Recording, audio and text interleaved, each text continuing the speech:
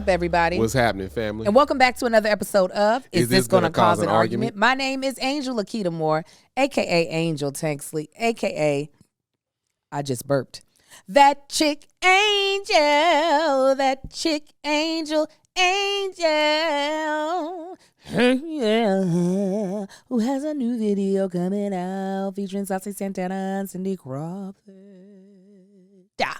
And I am joined by the other host of this podcast, my boyfriend, my husband. I was like, oh, where he at? My business partner, my touring partner. Tell him who you are, baby. I am Marcus Tanksley, a.k.a. Tank, the other host of This Is Gonna Cause an Argument. We greatly appreciate you joining us. If this is your first time tuning in, this is a podcast we do every single goddamn week, whether we on tour or not.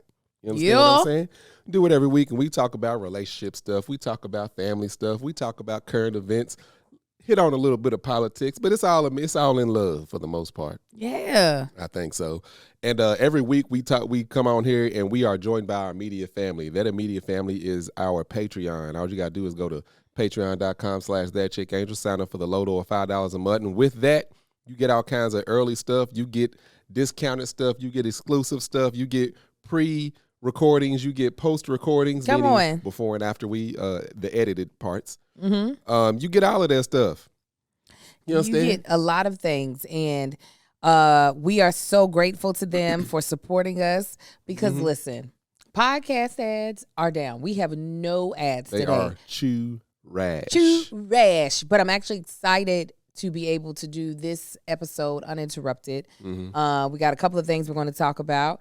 We want to update people on what's been happening with the tour. We're going to update people on what's been happening with the One Margarita song. And then we all are going to hit a little relationship topic with the announcement of the divorce of Tina Knowles, Lawson, and Richard Lawson. Most people know who Tina Knowles is because she is the mother of Beyonce and Solange Knowles. And Richard Lawson, he is a well-known black actor that you might not recognize by name, but you recognize by face. You don't know that face. And he is the father of Bianca Lawson, who is on Queen Sugar. And so there's been a lot of conversation around that. So we'll be hitting that later on today as well. So it'll be nice to have like a nice flow to the episode. While we still do love our advertisers. So if you check out one of our old podcasts and you hear an ad that you like and you're like, I want the service, go ahead and use it. Go ahead and use that. Use that code and all that jazz. Please do. So yes, anyways, let's jump into it. We're going to start off the show with one of our favorite segments, and it's called Tanksley Pride. Absolutely. We have 4 boys. We have a 13-year-old, 8-year-old twins. We do. And we now have a 4-year-old. Our baby is 4. He's 4. It seems like it's taken forever for him to get here. He was 3 for 6 years. Yes. It has taken forever. Yeah. It is like the pandemic was 8 years by itself. Yeah. Okay, and he was already here. The world ended for 8 to 10 years, and he was born at the top of that. Yes. And it's like, oh, you're 4. That's it? Okay. Wow. We started over with you. Okay. But Tanksley Pride, we had Amar's birthday party. First of all, we suck. We missed this boy's birthday in entirety. We don't suck. Okay. Delta Airlines sucks. It does, but still. Like we had planned on being here. We could not. Because our flight got canceled after getting delayed 3 times. It didn't get canceled. It got delayed. It got delayed until the following day. We were supposed to fly out in enough time to get there. We were going to be landing at like 7:30 at night. Had plenty of time. Still daylight outside. Spend that boy's birthday with him. And Delta said, nah. Tell him exactly what happened. So we at the airport. We get an advisory. Everybody's phone starts beeping and buzzing almost like an Amber Alert. Yeah. And it said, shelter away from windows, 90-mile-an-hour winds is coming through. So what I do, I go look out the window because I'm trying to see these 90-mile-an-hour winds. It was crazy at the airport. It looked like somebody was out there. Invisible Man was like kicking all the cones. Anyway, so then it was lightning, strong winds. So they ended up delaying our flight. We were supposed to fly out at 5? I think takeoff was at 5. Yeah, 5 something. Yeah, 5 something. Then they said 6:15. We was like, all right, whatever. We can deal with that. Then it went from 6:15 to about 8. That was the last one. 8 was like, the last one. 8 o'clock, come on. So then we were at the gate at this point, and they said, I went up there earlier, found out our flight, the captain, whether he was flying that plane or just a passenger on that plane coming to where we were, that flight got diverted to Richmond. Yeah, he was flying. He had that's the reason why he couldn't fly us. He had flown over the amount of hours. No, so what I was saying is I don't know if they're in the air, all of that counts toward their hours, whether they're flying or not. Yeah, I think it's if they are actually the captain of the plane. Yeah, we ain't FAA. We don't know for sure. Anyway, so he gets there. You know, people do all the, especially the white people, they do all the clapping. Clap. He was like, don't clap. I mean, he was annoyed. And turns out he was over his time limit for flying, so he was not allowed to fly. So he had to go night before he flew again. And that pushed us to first 8 o'clock, and then it was what, 8:45? I think 8 was the last. And then that plane sat there for another, seemed like 45 minutes to an hour before it actually took off. But anyway, so that's what caused us to miss his entire birthday. Amar could give 2 craps. He didn't care. So a pilot can fly up to, I think it says 10 hours. Oh, no, 8 hours a day. And then after that, they can adjust it and do some more, but they have to agree to it. And I don't think he could have gotten all, because it was a 5-hour flight. Yeah, that what's crazy is that day, it was a 5-hour and 39-minute flight. The next day, it was a 4-hour and 20-minute flight. So I don't know what paths they take or what, but it literally knocked off an hour and 10 minutes from one day to the next. And what sucks is with pilots, it's not just a daily limit. They actually have a limit within a month. Yeah. So for us, it's just like, okay, if you can put in the extra hours, but that could have probably jacked him up for later on in the month. So anyways, we missed his birthday. I mean, it's the end of the month, but we don't know. I don't know if their 30 is like calendar 30 or what have you. We did an indoor play birthday party. Praise God that I wasn't trying to be this creative mother. And I was like, who can do it? Because we showed up. I went and got that cake from Walmart that I had ordered online. Excuse me. And about 6 of his classmates showed up to his party. Yeah, 2 of his sisters. Yes. And it was actually the same place that we took Kai inside right before the pandemic happened. It was like the pandemic was starting. The pandemic was already starting, yeah. We just didn't know what the hell was going on. That's where they had their birthday party. They have fun. They sweated. Yeah. Amar was being his Amar self. Right. Yeah, he was. He had a blast, though. He did. There was times where he was just like, I don't want to go on that. He wanted to eat 50 million gummy bears. His friends were trying to talk to him. He didn't really care what they were talking about. And it's so funny. The parents were like, oh my goodness, our son talks about Amar all of the time. Everybody says that. Even at school, when I'm dropping him off, it's like, hey, Amar, parents is speaking. Oh, he talks about him all the time. Amar, don't mention nobody. None of these kids. I don't know any of these kids. One mom said, her son said, Amar is always so calm and nice. I said, does your child lie a lot? Yeah. Got a habitual liar over there. You might want to get some therapy. She was like, no. He says Amar is so calm. She was like, that's how you can tell he has older siblings. I said, that doesn't really sound like my child, but okay, if that's. But even when I be picking him up or dropping him off, the other classes, hey, Amar, kids in the other class, hey, Amar, hi, Amar, Even today, cried about going to daycare. Did not want to go. I had to put him on my shoulders and take him to the play yard where they were at for him to like be happy about being dropped off. Oh, he's never happy, so I don't be caring. He was just like, I'd be like, here, go on in there. There's just stuff. When I put him on my shoulders, he could then touch the exercise. So then he was just like, oh, bet this is fun. But he was like, I don't want to go to school. They were like, he doesn't like to go. I said, he hates it. It was one time since he's been going.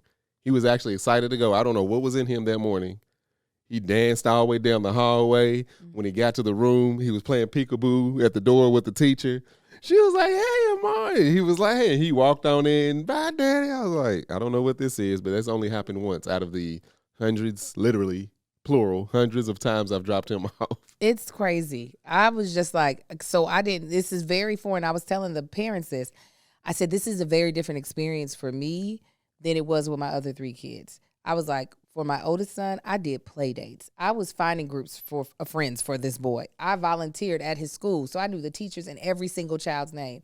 I was like, the twins, they were at home with me, period. All of their friends were friends of my friends. Mm-hmm. I was like, and then when they started to go to pre-K or TK, whatever the hell you want to call it, the pandemic hit, so they really didn't get to make friends. They tried to make friends with those people, but it was already too late. And now, I basically already told them their friends at their old school are no longer their friends because we're not about to nurture. Yeah, we ain't nurturing that. So during the summer, the kids that they talk to, there's 3 girls they talk to. Mm-hmm. Denora's daughter, Quinn's daughter, and Melanie's daughter. Yeah. That's it. Those are friends that we gave them. Yeah. And their cousin, Micah. Oh, yeah. Yeah, but Micah be outside, so they don't get to talk to him. They talk to Marcus's friends and through video games. So I was happy about this birthday party. I'm glad that Angel didn't have time to super mom it up, because them things get cumbersome, where it'll be a party at the house or something planned out and all these activities. And I'm like, man, just throw these fools in a room with some cake and ice cream and other crap to do. We can just sit and talk. Well, listen, when's the last time I did a Supermom party? Even Amar's last year party. I got a bouncy house. Victory put together the balloon reef. Halfway, there was no balloons in the middle. It was balloon towers. It was balloons on the side that connected at the top. All this wiring cable sticking together at the top. Everybody else, their parties have been elsewhere. Think about it. It's been a while. The only time I tried to do something, I had to take it back. It was mainly at the. We didn't have none in the park. I guess it was mainly at the Ruffner house when we had more yard. Those are the parties you were super momming up. I tried to do a birthday party for Marcus at the house, and I said, "Oh, that's the end of that." That's when I decided I wasn't doing no more parties. Oh yeah, I was like, because that was the year, because they had so much to do on their own. And you had to pull a Shawnee, and you was like, well, let's organize some games, too, in the middle of all of this. Relay races. They didn't really have a lot to do on their own. It wasn't, because they had a jumpy house. That was a hit. They had water balloons. They had a bunch of yard, front and back, cake and ice cream. Once the water balloons are gone. They got a jumpy house. It was too many kids for all of them to be in the jumpy house. Take turns. Then what do the kids do that aren't in the jumpy house?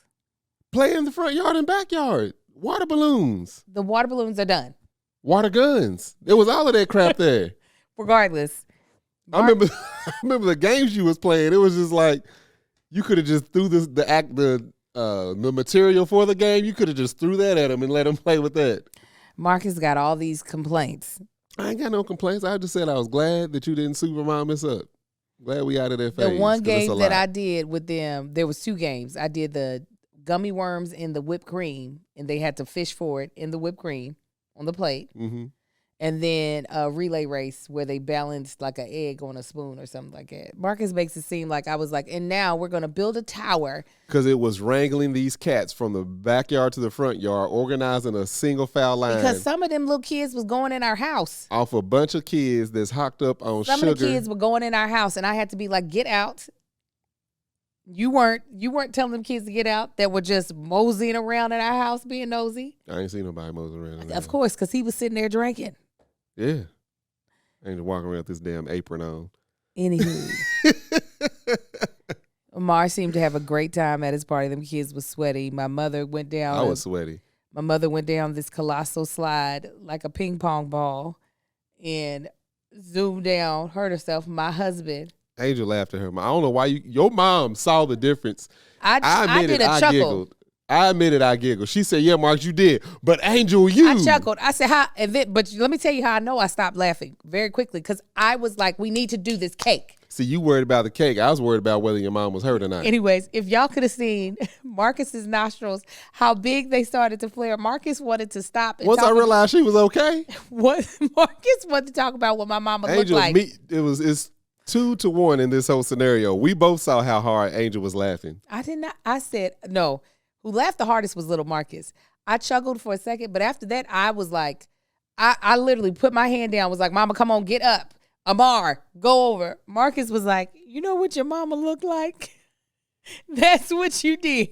Yeah. And then when we were telling the other parents what had happened. Thinking back on it, it was hilarious. I probably did laugh harder thinking back on it. In the moment, you laughed the hardest. Because I was concerned more than anything.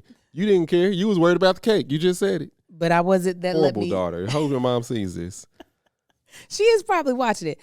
He definitely, the tears I saw. That's why I had to cut you off, because I knew you. I didn't have tears yet. You were on your way. No, I wasn't. No, I didn't have tears until we were talking about it at the table after everything was over with. When I turned around to be like, okay, let's go. You were laughing before she reached the bottom of the slide.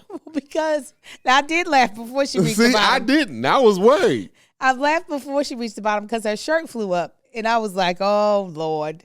What is this about to be? But luckily she had on blue shorts. Y'all remember like Sonic the Hedgehog, this game you used to play, and you could spin him, and then he would go through the thing and then shoot him off faster. It looked like that happened halfway. I don't know how she picked up that much speed in that short amount of time. See, it was just the elbows for me. The elbows getting caught. Tat, tat, tat, tat, tat. I was like, oh, Jesus. I mean, I thought it was when she bent down to go up the thing, I said, this is not a good idea. But what I did tell Angel I wanted to do, go to one of them places. Yeah. I want all of us to get together. Everybody that's a parent, get mic'd up. We need to turn the music off and go through one of them jungle gyms. Not the first time, the second time, and get audio of everybody. Oh, the grunts. I had never heard so much cussing and grunting coming out of one person. It was me. I got up to the top. There was another dad on the other side. There was like a net, and I didn't see him. I get up there. I'm like, shit. He's like, I look at him and sweat is running down his face. He said, I haven't worked out this much in a long time. I'm telling you. He said, be strong, man. I said, all right, you too. I said, Marcus, you better ask what the weight limit is before you get up here. I did. She was like, no, I don't think there's a weight limit. I said, if I come crashing down, then it's on you. She said, oh. I said, it's all. I'm just playing. What was weird is the kids was lapping me. Yes, it's nothing for them. I'm going up. And Mamar, he would go up and run off. And I'm like, all right, here I come. He's coming up behind me again. If you knew how long it was to get through that thing, to find a place to get down and then start over, it took me 15 minutes. He was doing it in 8 seconds. The getting to the slide to go down was like, oh, this wasn't worth it. Because you have to go up the thing. You go up that and then go up another one. You're supposed to spend some time over there, too. You're supposed to go look at all the other stuff. Nah, I was like, I got one thing in mind. That's to go down this big slide. And I did. Should have tried that blue slide. Oh, the blue slide. Marcus. So the blue slide's it's like one of them that's got multiple humps. It's got humps on it. So I seen the kids flying down there blue. I said, oh, it's about to be fun. I'm going to have to get on here. Because I weigh so much more, I'm just going to grease lightning. I got on that slide, and it seemed like somebody was holding me with a rope. I was like barely moving down the slide. And the kids were zipping past me so fast. Of course, somebody just said Pee Wee Herman died. Oh, he's still alive? No, he's not. Well, he was. He's deceased now. He had cancer. I didn't know that. Oh man, that's definitely part of my childhood. But anyways, that was Tanksley Pride. Thank you for the birthday wishes to little Mr. Amar. He is something else. Yeah, he is. He is definitely something else. He's gonna open up all his gifts when he gets home. But we had a good time. Anyways, we're not gonna do a regular. Let me see. Do we want to call it? But yeah. What do we want to call it? We're going to do take it or tank it. I think I'll take it. I think I'll tank it. Okay. It's not going to be a say it this time. It's going to be more so, I'm going to throw something at you. You're going to tell me if you take it or tank it. Mm-hmm. Is this going to cause an argument tour 2023? Take it or tank it? take it all the way. Raw. Raw. Yeah. Tell me why. No lube. Tell me why. Y'all, this tour is fire, okay? One, for me, meeting a lot of y'all that we've only been talking through this theoretical audience, like looking at this camera. You know, we look and we just see a little black box with the lens on it. Mm-hmm. But getting to meet y'all, the energy that y'all give, it's great. Even the exhaustion that comes with like traveling and setting up and doing the show and breaking down. Every time we finish and come off at stage, I feel good about what was delivered. I feel good about what was given from y'all. It's great. It really is. Yeah, I definitely. Oh wait, is there any part of the tour that you tank? Oh, just being tight. Like when we do the whole multiple city, like this city this day, and then the very next day we got another city. That crap, no, absolutely not. Oh, see, I take that part. Let me tell you. Give me a day in between. I don't. For me, I like to stay in the rhythm of it versus coming out of the rhythm, going back into the rhythm, coming out. Because when I come out of the rhythm, when I have to go back into it, I begin to question if I'm remembering something or if I'm forgetting something. I definitely did that. And I don't like that. I like being able to trust myself because I'm like, I've done this so many times in a row. The likelihood that I'm forgetting something is few and far between. Kimple. I appreciate that. Yeah, you are good on stage. I definitely take the tour. It is crazy to me. The realization, we've done 5 shows so far for this tour. Yeah. We've sold out 4 of those 5 shows. Yeah. I mean, some of the venues are smaller than others. The Lexington venue was small. We've done 5 shows, sold out 5 shows. Because number 6 is already sold out, Houston, which is also a smaller venue. We really took something that did not exist. This is what I love about being a creative. We took something that did not exist. Yes, this tour like this exists, but this tour this podcast. This podcast did not exist in tour format until we put our minds together. Yeah, it was nothing there. And while I think you all would have been okay with us sitting in chairs and talking, that's not the experience we wanted to give you all. Right. And knowing that it turned out to be something that people really enjoy, the energy is great. Yeah. And it doesn't feel like anything else. While, yes, we do a couple of rants that have a very stand-up comedy type of feel. But at the end of the day, people aren't necessarily waiting for a setup in a punchline. Yeah. Punchline after punchline after punchline. It's almost like this right here. It's like y'all are there for the conversation that we are having. Yeah. Like we ain't sitting in no chairs. Ain't no table like this. We don't sit down not one time. But it seems like that's what y'all there for. And that's what we are there to give. Yeah. And even the segments that we have that include other people, I think that also gives it just such a different feel. That's what I definitely say made Philly so great. Philly, the people we had on stage with us were just chef's kiss. Yeah. The people who were a part of Tasting with Tank, the people who were part of Crafts and Cocktails, the audience members we had. Everybody we've had. Everybody's been great. We ain't had a single person that we regret. Like everybody has been A1. Yeah. So that part, I just am like, hell yeah. I really know how to produce a show. It gets me excited about whatever the hell me and Kevin are going to produce for Here's the Thing, because Here's the Thing is not going to look like the format that it looks like in there either. Right. In knowing that I can trust myself and my ideas. Because sometimes you think of something, and then when you get it on its feet, you're like, well, that's not. It's kind of like me and these couples challenges. I see it happening, and then it don't happen.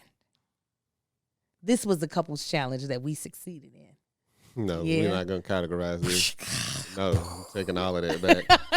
Taking all that back. It's going in there for something that is worth. Look, what I tank is being the one coordinating the travel. I won't do that again. It is. Let me tell y'all, Patreon especially, and I apologize to y'all. It seems daunting. Like, it seems extremely overwhelming. Let me tell y'all, I want to personally apologize to you all, Patreon. You can put single me out, Victory. In trying to do the marketing, okay, as well as I do the advances with the theater. I do a lot of the things that make the tour actually happen on the day. So I talk to the clubs to find out to let them know what all we need to make the show happen. And I also was the one talking to the graphic designer about what we needed for each flyer. And I'm the one who has the most like back and forth communication with our booker, the person who is pairing us with these clubs.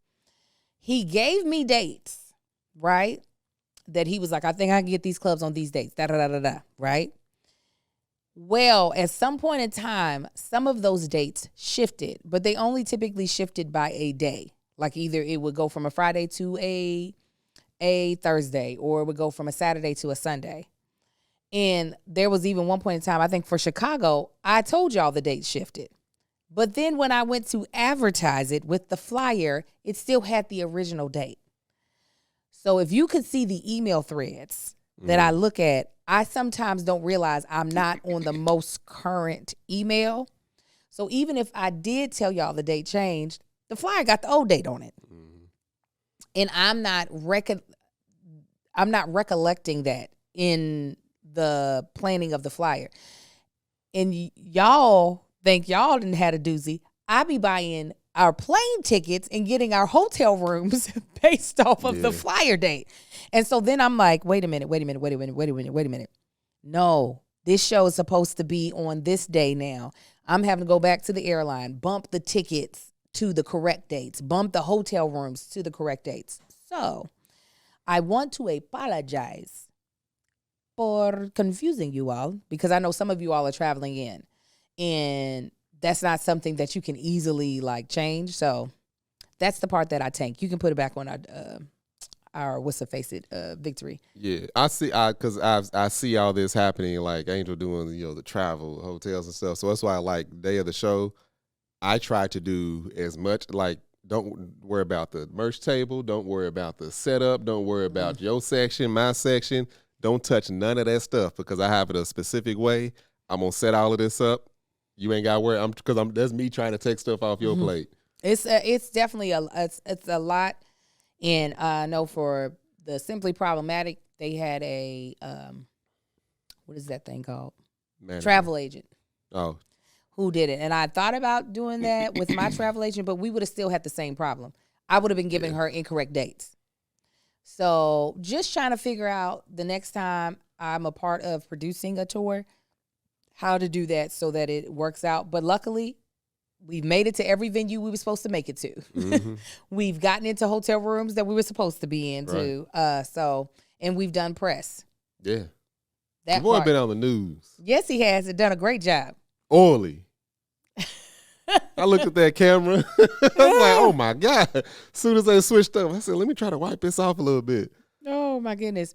So Janique, we have a booker, but not a tour manager. Technically, I would be considered the tour manager. Yeah. Our booker books the place. The tour manager would then do all those other logistic things. Yeah.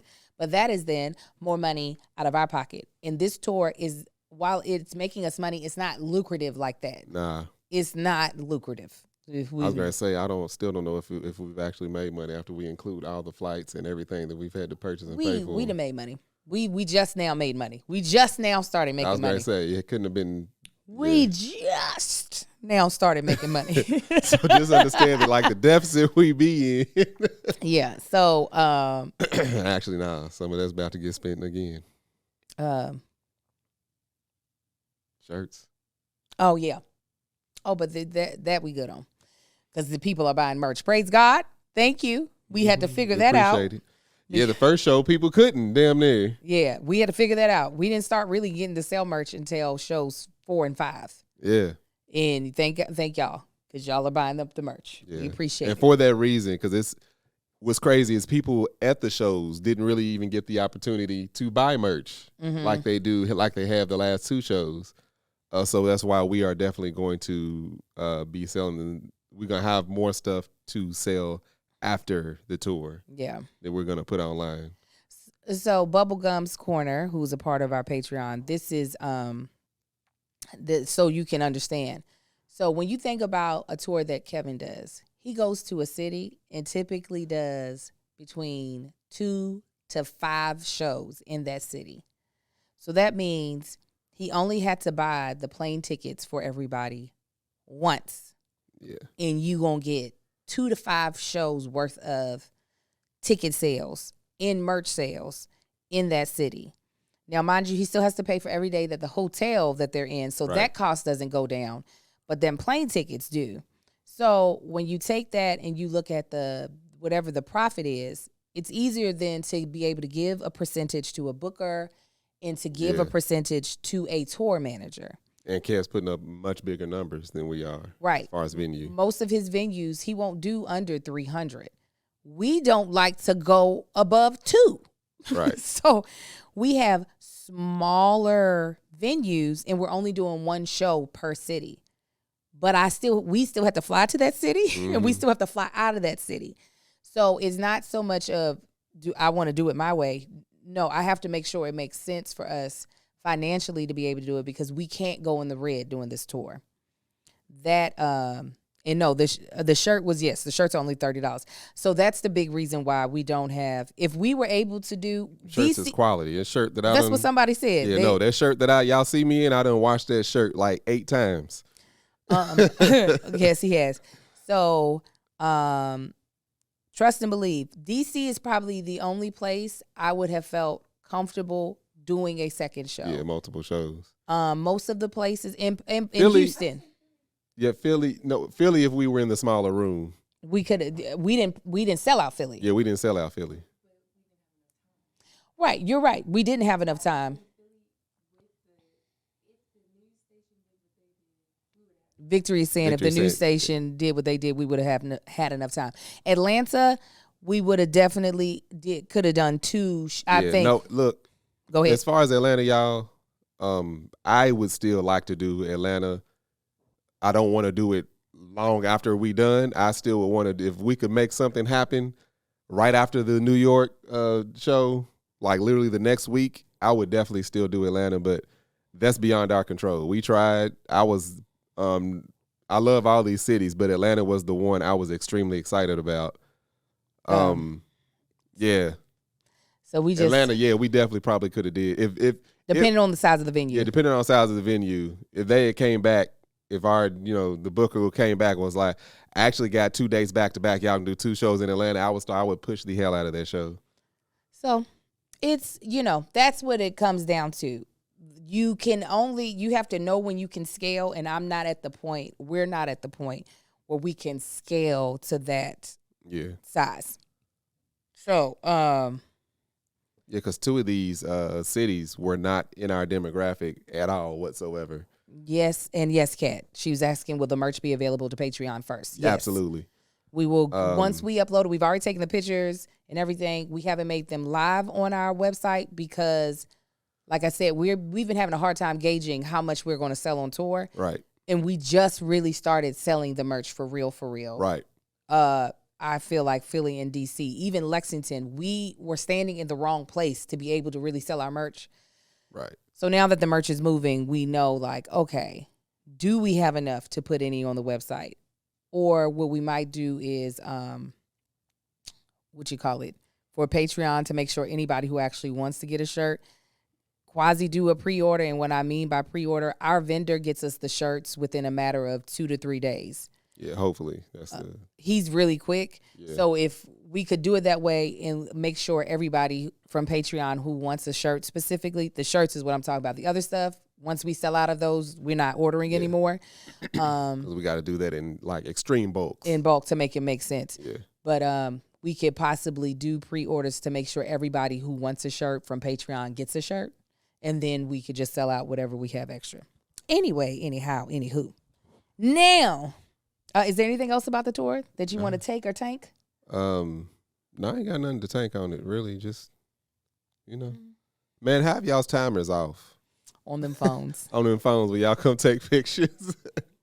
Victory's like, I gotta tank. Yeah, have y'all. Okay, two.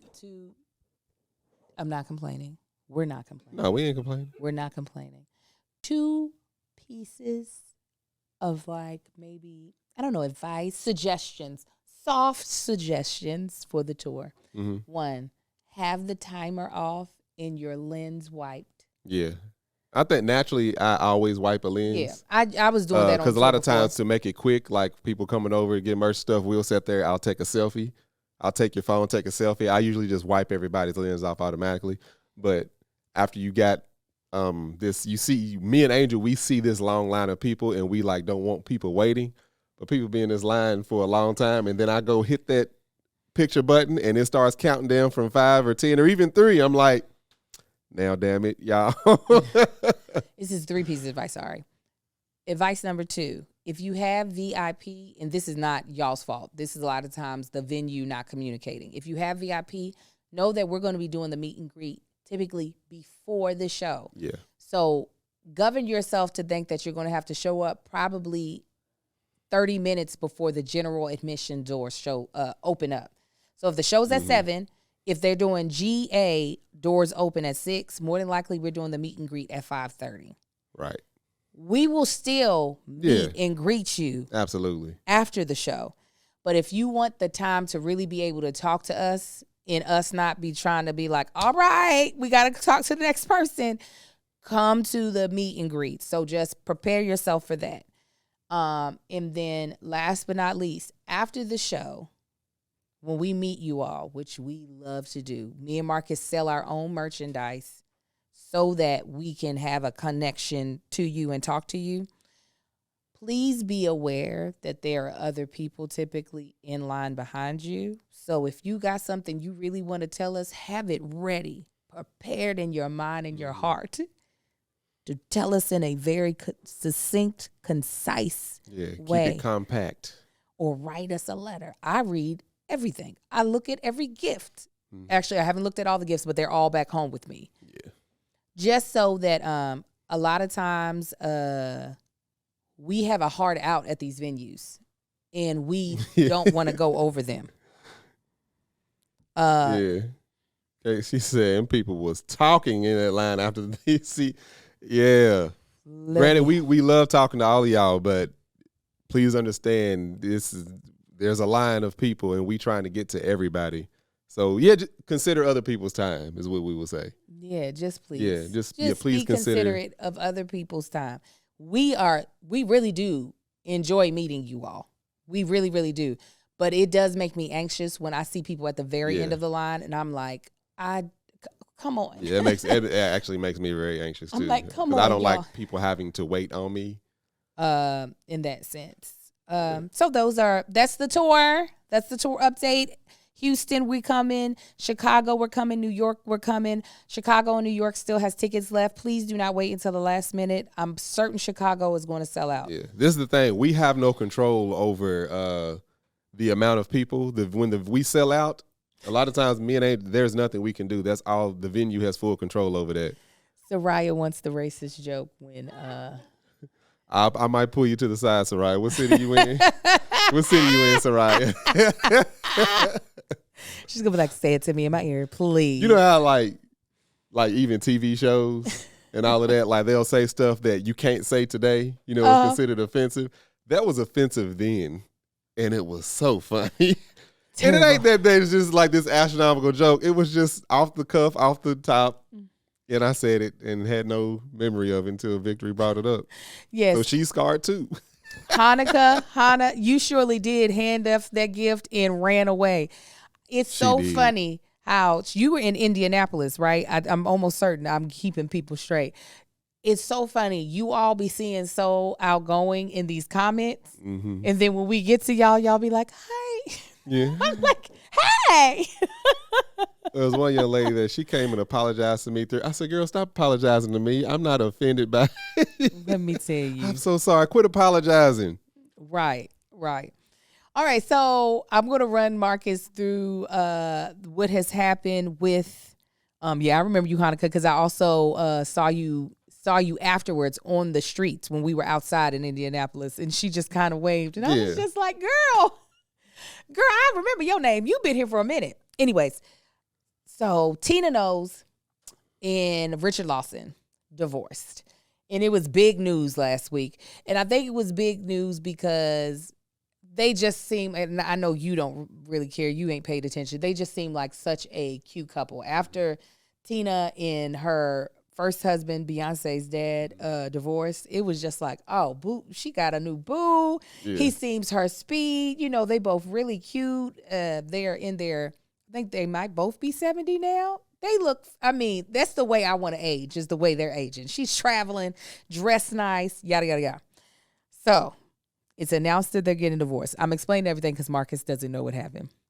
I don't be in these people's business like that. Soon after that, it comes out that people are going back and they can see on Twitter, which you don't have, when you like. I will never have Twitter. When you like, a lot of people are getting rid of it. Like a post, that's public. People can see it. Whose daddy was that was liking? Oh, never mind. I know whose daddy it was. Somebody's granddad. I don't know what you're talking about. Was liking what? A bunch of stuff on Twitter. But like nasty stuff? Well, that is what Richard Lawson was apparently liking. A bunch of different porn. Because, you know. Yeah, you be on there. Yeah. Yeah, you better do that, young girl. Yeah, like, follow. You know, on Twitter, you can see all the things. You remember, I didn't know that. Angel was showing me porn on Twitter. I said, you should have seen, because I was looking up Sukihana, because I was like, who is this woman? And where did she come from? And it was on her page that I saw, and it wasn't her doing the stuff. It was her reposting other people's stuff. I was like, no, his penis is going inside of a woman's coochie. Yeah, Alex, people, they be having porn on Twitter. So apparently, Richard Lawson had been liking, at least the account, his account had been liking different porn sites. Of course, when it comes to anybody becoming like, all of a sudden what people are talking about, people start to analyze all of your behavior. When I tell you he took down like they ain't like the people commenting or had something say ain't like no porn. Well, his account, he took down his account, his Twitter account completely because this is before they split. No, he had already been liking the stuff. Nobody had been paying attention. Oh, okay. Then after they split, that's when the focus. Yeah. And they were like, "What is he? He over here liking all this smut? What is this?" Well, then people went back to Black Love. Black Love is no longer being produced anymore, but was a show that was aired on OWN, produced by our good friends Tommy and Cody Oliver. We were actually on the show on season 3. 3, yeah. And we've both been on there multiple for other things. Not the show Black Love. Oh, the show produced by the. Okay, yes, I see what you're saying. So I want to say Tina and Richard were on the same season as us. They were either the same season as us or the season before. And people decided to take a clip of Tina talking about, you know, after she got her divorce from her first husband and her just trying to understand who she was and what she had to bring to the table and being like, you know what, these are the things I want in my next guy. She was like, I want this. And she was like, and Richard, has a lot of these things. She was like, he's not perfect, and he was like, I'm not. And she was like, no. And then continued on. People. Who would, yeah. If you ever said, Marcus ain't perfect, no. Right. But it was like more so, the people took it as, oh, she's throwing shade at this man. Where to me, it sounded like our type of banter. Yeah. You know what I'm saying? But like, ain't who's perfect. Right. So that's the reason why I'm like, him saying I'm not perfect sounded like he was playing and her saying, no, like, nigga, you crazy. Make a mark of that. I just said the N-word. God, Angel. Ads are down. Oh, we were in the same season. Period. So, shut up, Marcus. I just heard what you said.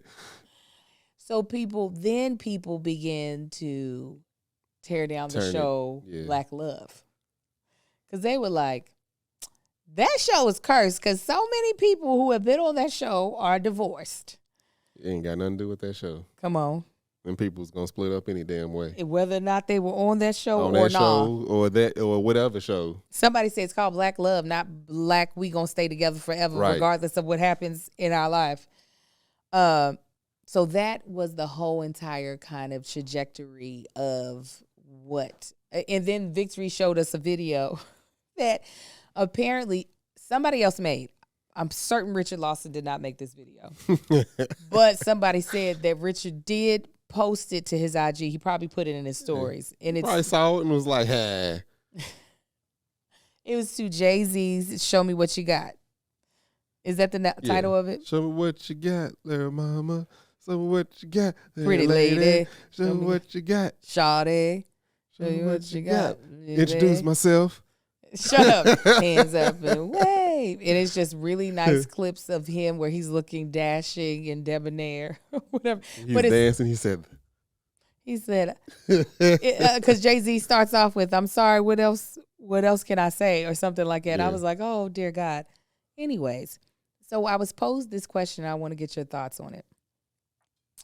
Somebody was like, it is known a lot of couples, either they watch porn together or the other person is aware that the other person enjoys porn, yada, yada. Mm-hmm.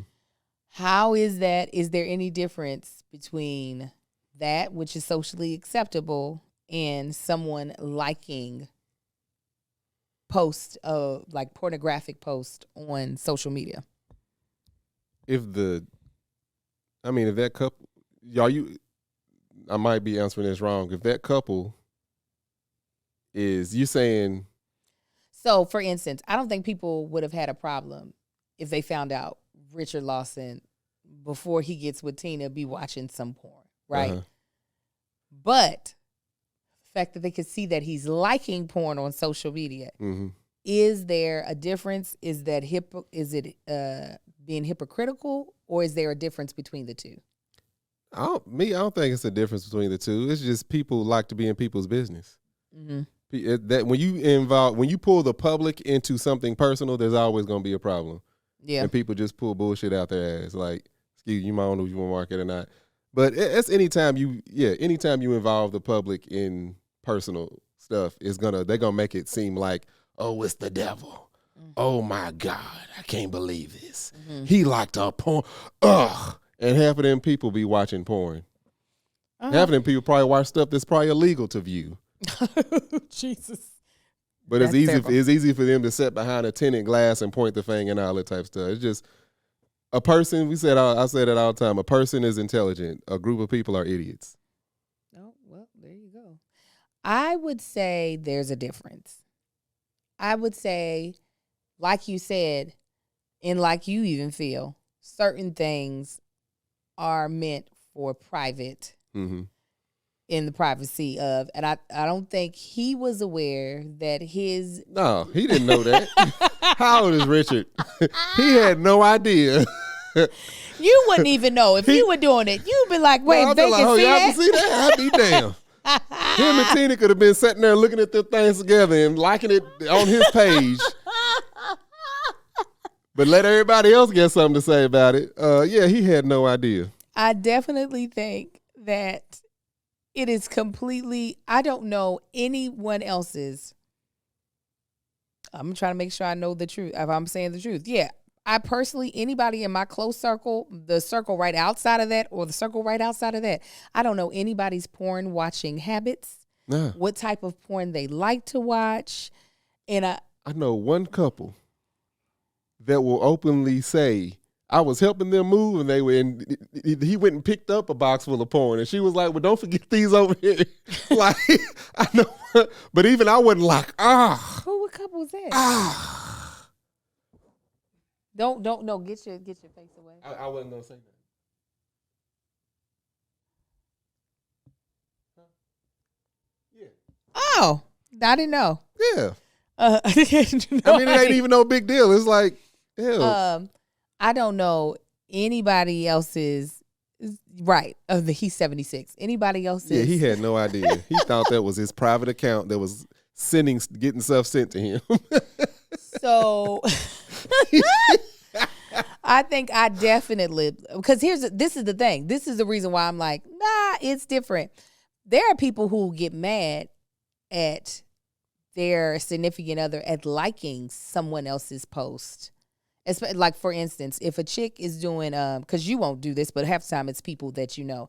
If a chick that you follow so happens to post like a very thirst trap type of photo, like she's in a thong and like posed up, I purposely will not like that post. Okay, so this is the. But it's been times that I have, like, it's like a collage of pictures. I see the first one and like it.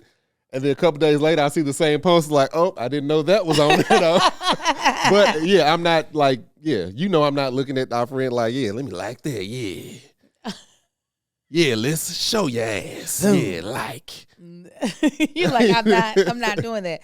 So that's the reason why I'm like, okay, I think there was so much attention on it because of his age and because of his stature. Right. We think of him as Black Hollywood elegance, class, and to think. Yeah. Barack Obama said a curse word. If we blasphemy. saw Barack Obama, his porn click likes, our heads would implode. Some people would laugh and be like, we see what you like. If we saw him and Michelle just in a normal setting in the room of just a regular average day, Michelle be over it like, Barry, what the why are you leaving this out again? People would lose their goddamn mind. That's that's them though. Right. No, I think when we have people in a certain write place. that down too. Yeah, because you just let it rip.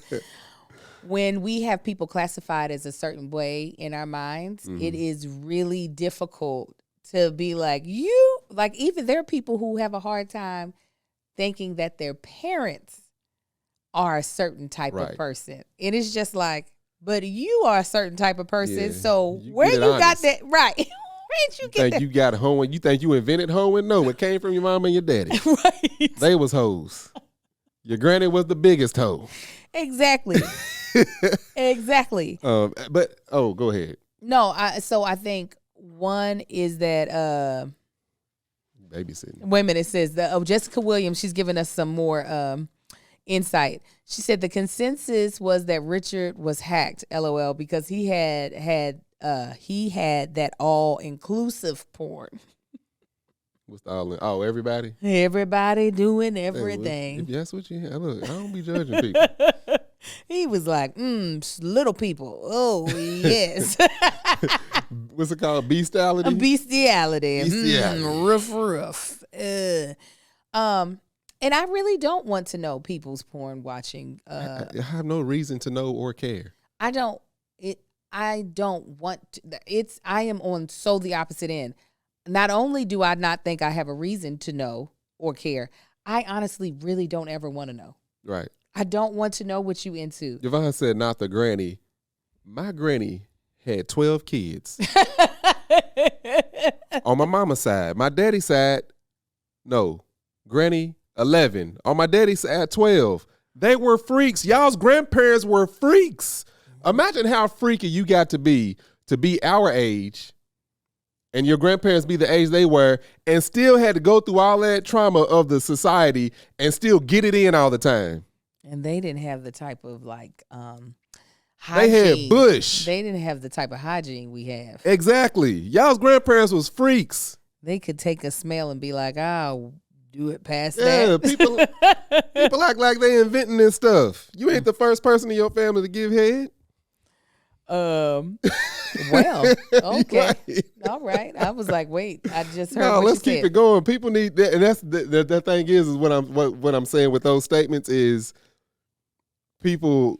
I don't know what people go through when they look at like the history of things, like everything started with them, or people see, he got porn that he was liking if it was his account, or what people are into or what they like these people are not normal people, like they not allowed to do normal things. Think about all the stuff that you do in your crazy, all the thoughts that go through your mind when you by yourself.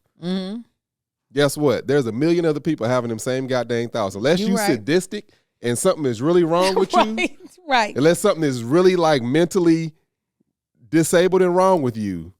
A lot of people, most people are having the same thoughts you have. Right.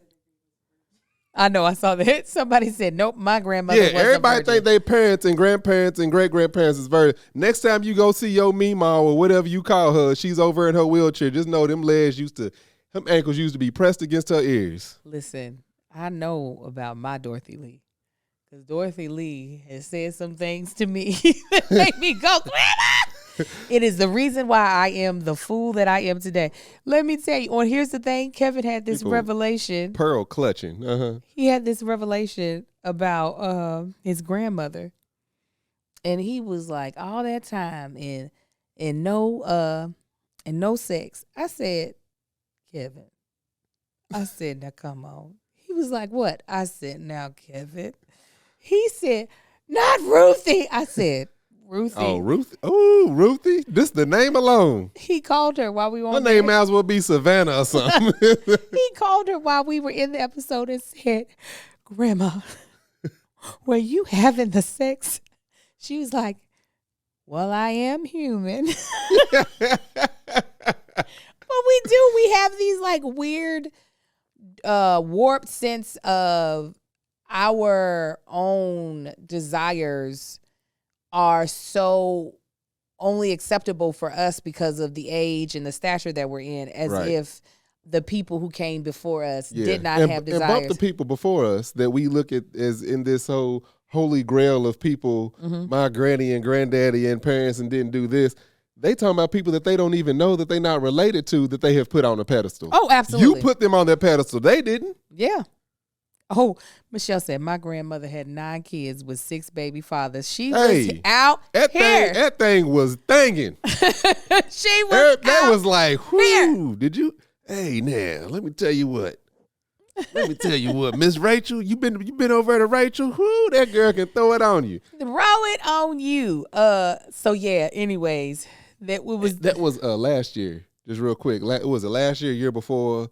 There was this thing about some pastor going, like, giving, like, eating somebody something. It was when we were at our old house, because we talked about it. We did a video. And people was like, oh, the pastor. Y'all act like pastors don't eat coochie. But it wasn't his wife. That was okay. But no, it was no. They be cheating. Yes. Like everybody else. It's more so. Like first of all, it was the most disgusting video ever. You talk about just make that man's forehead was in that thing. His old voice, everything. Oh, it was so nasty. Y'all act like them pastors ain't doing nothing no different from nobody else. I said, why she record him down there? Exactly. She was trying to get a new Cadillac. She wanted a matching Cadillac like his. Oh, my gosh. None of this stuff. I'm just like, oh, okay. It never phases me because I don't be putting people on these pedestals. No, you listen. That'll do it. That'll do it. Take them off the pedestal and you'll be like, oh, yeah. Yeah. Name them. Name somebody. I ain't going to. I'll tell you what they done. It does, though. It's not, but you know what? It's not just sometimes us putting on people on pedestals. It's not just that. If someone is blatantly saying that something is wrong to do, you should never do it, and you are looked down upon for doing it, you're going to feel some type of way when you see them literally doing that and worse. Why you believe them? Because why else are you someone who speaks the truth? For the most part. It gets me in trouble a lot of times too. But if you say to me, Angel, always put the blinds up because it will fade the furniture, right? Mm-hmm. And then if I go to visit you or something and we're out of town, I don't know, and you've closed all the blinds down, I'm going to be like, why you say that if that's not what you do? You got to use a different analogy. How's that a different analogy? All right. No. Because I felt like it. I want to see what it was like. But no, you would not. You would not. You would be like, you are a person that if you believe a certain thing, not to say that you've never been a hypocrite, but if you believe a certain thing to the point that you're instructing someone that the proper way to do it is this way, you're not just going to say that while you're doing the opposite. I'd be like, you lying bastard. Go on about my business. I ain't go, oh, let me post. Oh my God, did y'all see? And then it becomes a whole thing for an attention span of people was like a week and a half. Wow, he's not my pastor. If he were, he's a pastor. Oh, you talking about that pastor? Yes. While he is not my pastor, Oh, you can tell by the voice he was doing things. Come on now. I think anybody who was actually in his congregation has every right to be appalled and upset. Just off half of them women weren't. They were like, "Oh, her too." I think they have every right to be appalled and upset because if you're saying that I can, oh yeah, no, I get the hope. I'm talking about everybody else. Now the congregation, absolutely, yeah, y'all supposed to be under his quote unquote leadership, and he's doing this, that, and the third. But people that just seeing this acting out, oh my God, y'all don't know that, man. Get out of here. Yeah, people. There's a term for that when we are outraged by things that really don't affect us. It's that crowd mentality.